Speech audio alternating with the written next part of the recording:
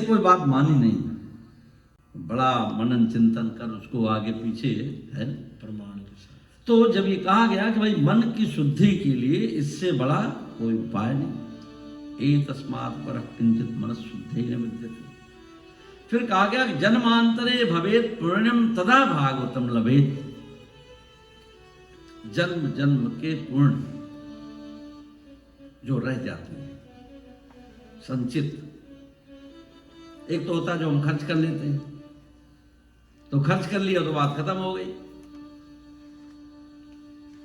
देखो हमारे यहाँ कुछ तिथि त्योहार भी ऐसे आते हैं बड़े अद्भुत। हमारे यहाँ भी अप्रैल में भी अक्षय तृतीया निकल गई, अक्षय तृतीया का समय भी निकल गया।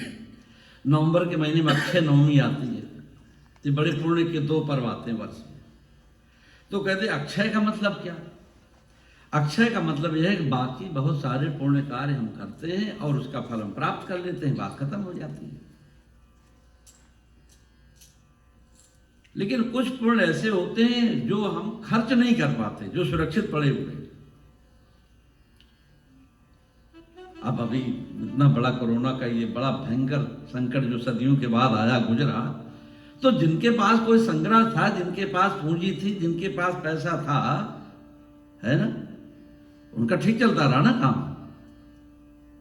और जो हैंड टू माउथ बनकर सारे जीवन सब जो आया खर्चा किए रहे, तो परेशानी कितनी आई। यहाँ तो फिर भी शायद उतना पता नहीं लगा होगा, क्योंकि यहाँ तो सरकार माई बाप की तरह साथ में रहती है।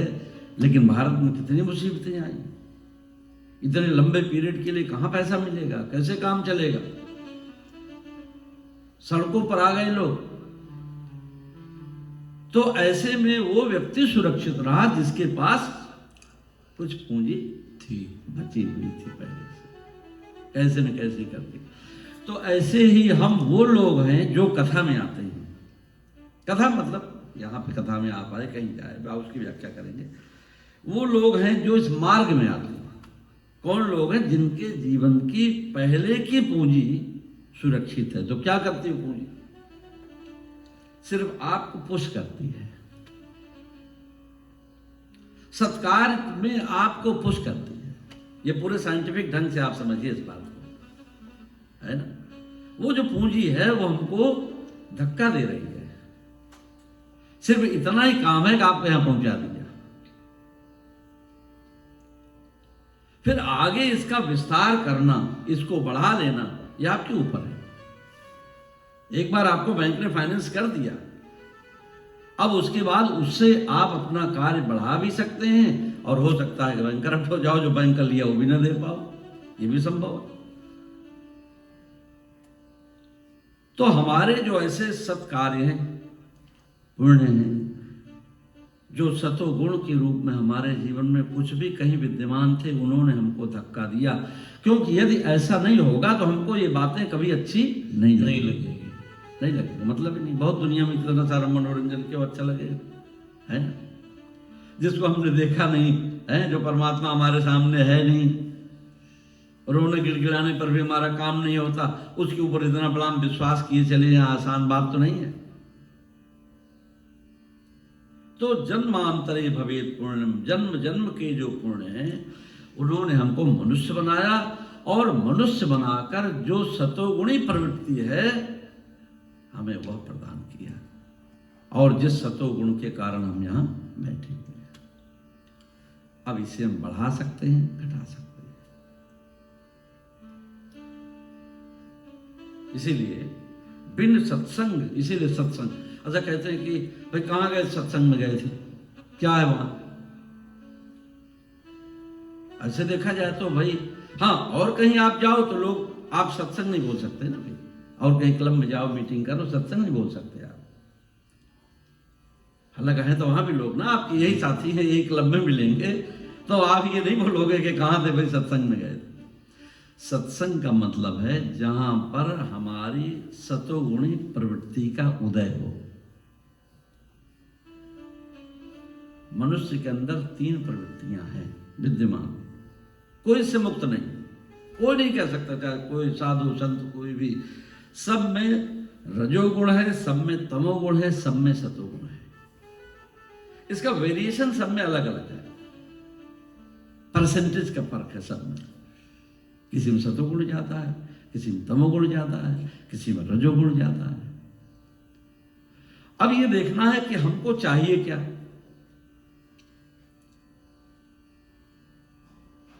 अब डॉक्टर भी तो हमारे शरीर में कितने सारे तत्व विद्यमान हैं, कमी हो जाती है तो भी उसके लिए फिर अलग से कोई सप्लीमेंट देना पड़ता है ना। फिर ये विटामिन ले लो, आयरन की तुमको कमी हो गई है, कि सोडियम की कमी हो गई है, कि क्या हो गया, तमाम सारी चीजें।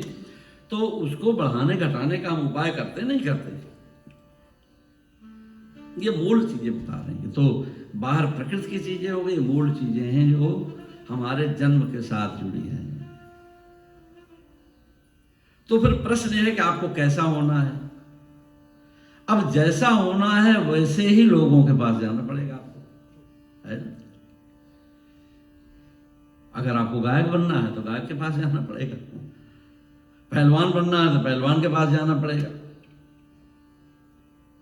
जो भी आप करना चाहते हैं आपको उस व्यक्ति का संग लेना पड़ेगा। लोग कहते हम तो चाहते बस जीवन हमारा बस आनंद में हो, तो बोले फिर आपको सच्चिदानंद के पास जाना पड़ेगा, है। सच्चिदा पहला श्लोक है ना, सच्चिदानंद रूपाय विश्वोत्पत्त्यादि हेतवे तापत्रय विनाशाय श्री कृष्णाय वयं नमः।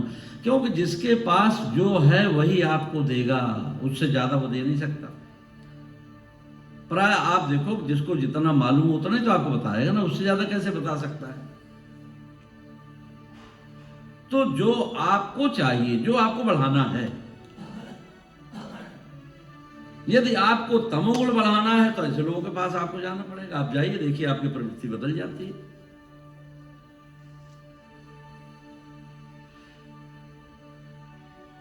धन कमाने की चाह है, पावर प्रतिष्ठा चाहिए, वैसे लोगों के बीच जाना पड़ेगा। कई बार हम कहते हैं कि एक बार मेरी जगह तुम होकर देखो, यद्यपि है बड़ा कठिन काम है। ये हम कह देते हैं कि मान लो एक बार मेरी जगह तुम होते, तो अगला व्यक्ति क्या आपकी जगह हो जाएगा? नहीं हो पाएगा। हाँ, थोड़ा बहुत अनुमान कर सकता है। एक जो किसी बड़े पद पर बैठा हुआ है वो क्या सोच रहा है आप नहीं सोच पाएंगे, है ना। अगर एक बार तुम जरा मेरी तरफ प्रधानमंत्री होते तो होने से कहने से आप सोच थोड़ी पाओगे उसके मन में क्या चल रहा है। पद का कितना बड़ा नशा होता है, ये जब तक वहां नहीं पहुंचेंगे तब तक आप उसकी कल्पना नहीं कर सकते। बहुत बड़ा नशा। और धन का भी इतना बड़ा नशा होता है कि जब तक वैसा होगा नहीं आप अनुमान नहीं लगा सकते।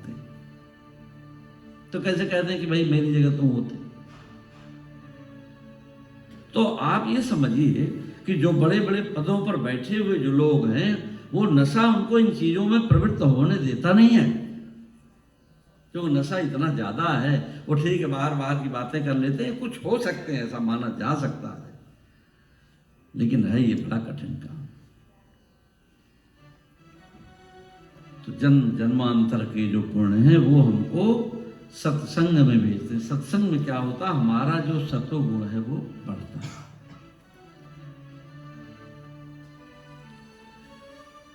तो श्री भगवान की अनुभूति कौन कर पाएगा? भगवान शुद्ध सत्वगुण में है, शुद्ध सत्व का रूप है श्री भगवान का। श्री भगवान रजोगुण स्वीकार करते हैं, एक्सेप्ट करते हैं, थोड़े टाइम के लिए छोड़ देते हैं। अच्छा, हम भी क्या थोड़े टाइम के लिए क्रोध एक्सेप्ट करते हैं फिर छोड़ देते हैं, ईर्ष्या थोड़े टाइम के लिए एक्सेप्ट करते हैं फिर छोड़ देते हैं। हम छोड़ नहीं पाते, हम तो गिरफ्त में आ जाते हैं ना। वही भजन गाते हैं ना कि मुझ में तुझ में बस भेद यही, मैं नर हूं तुम नारायण। तो ऐसे लगता है जैसे भी भेद बहुत छोटा बताया जा रहा है। ये छोटा भेद नहीं, बहुत बड़ा भेद है। मैं नर हूं, मैं हूं संसार के हाथों में, संसार तुम्हारे हाथों। बताओ कितना बड़ा भेद है ये। हम कह रहे हैं बस इतना भेद, बस नहीं, बहुत बड़ा है ना, बड़ा। भाई मैं संसार के हाथों का खिलौना बन गया और वो ऐसा है कि सब ही नचावत राम गोसाई, सबको नचा रहा, सबको घुमा रहा। तो जो हमारा सत्व गुण है जितना ही बढ़ेगा उतना ही हम भगवान के करीब जाएंगे। निकट जाएंगे।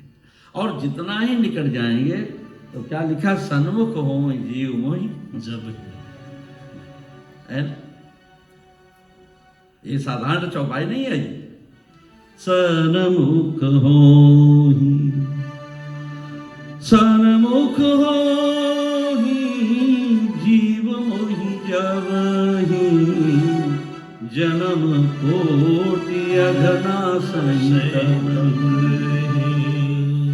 अब देखो इस चौपाई का मर्म देखिए, क्या मर्म है। सन्मुख हो जीव मोहि जबहि, भगवान कहते हैं बस एक बार तुम जो उधर तुमने मोह किया वो मेरी ओर कर लो, तो क्या होगा। बोले फिर अब मैं तुमसे नहीं पूछूंगा तुम्हारा पुराना रिकॉर्ड क्या है। बाकी तो सारी चीज की रिकॉर्डिंग है, सारी व्यवस्था है।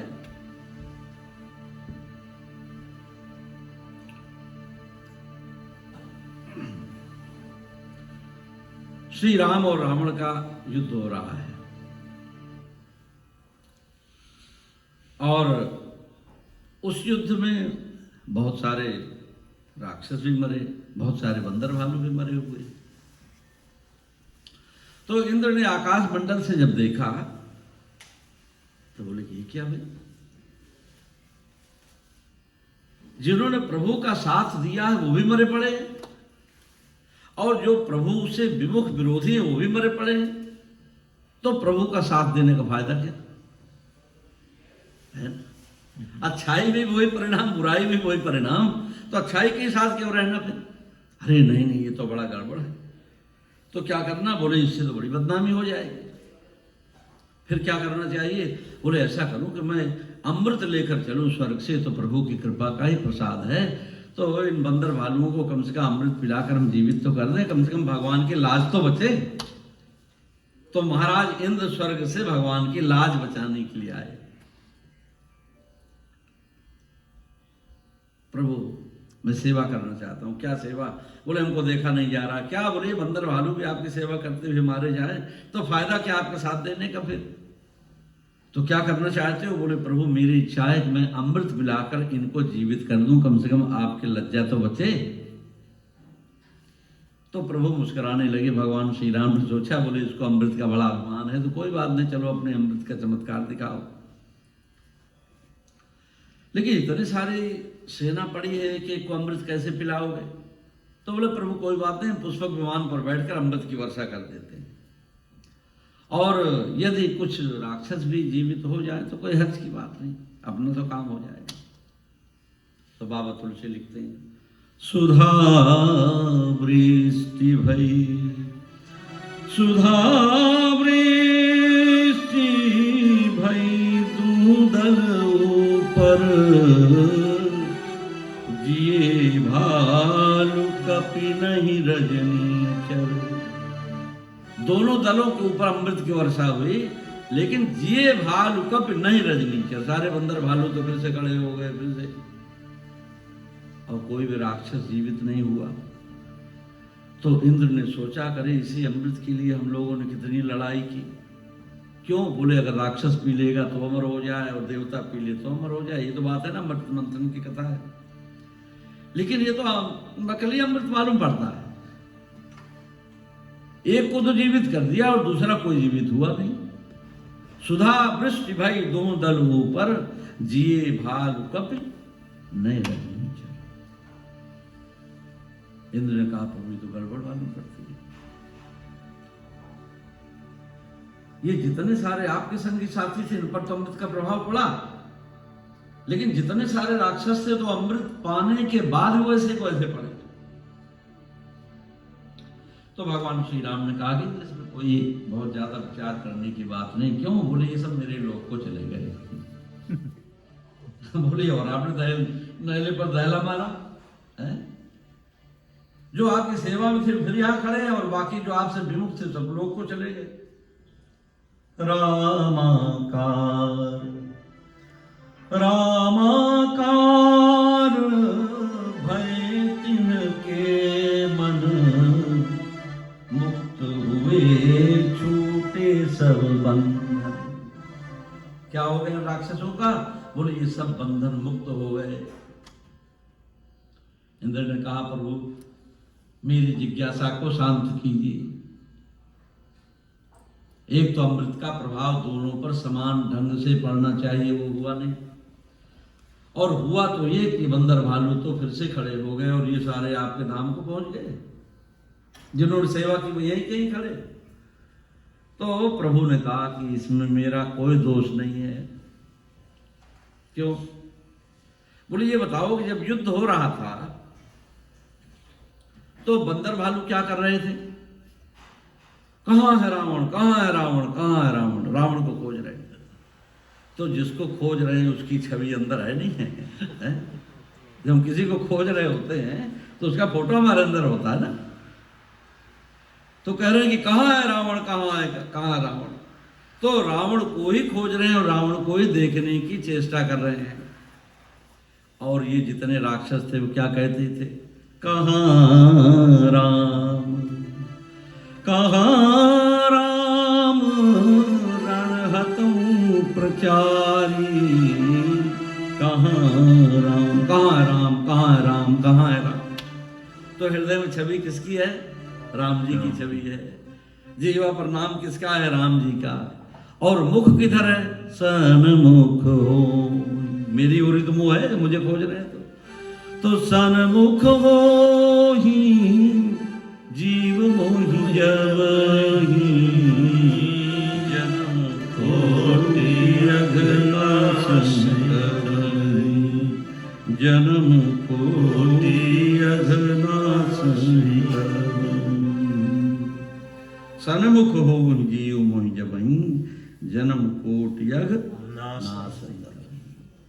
तो जीव जब भी सन्मुख हो जाए श्री भगवान के, तो आइए भाव से एक भजन बोलकर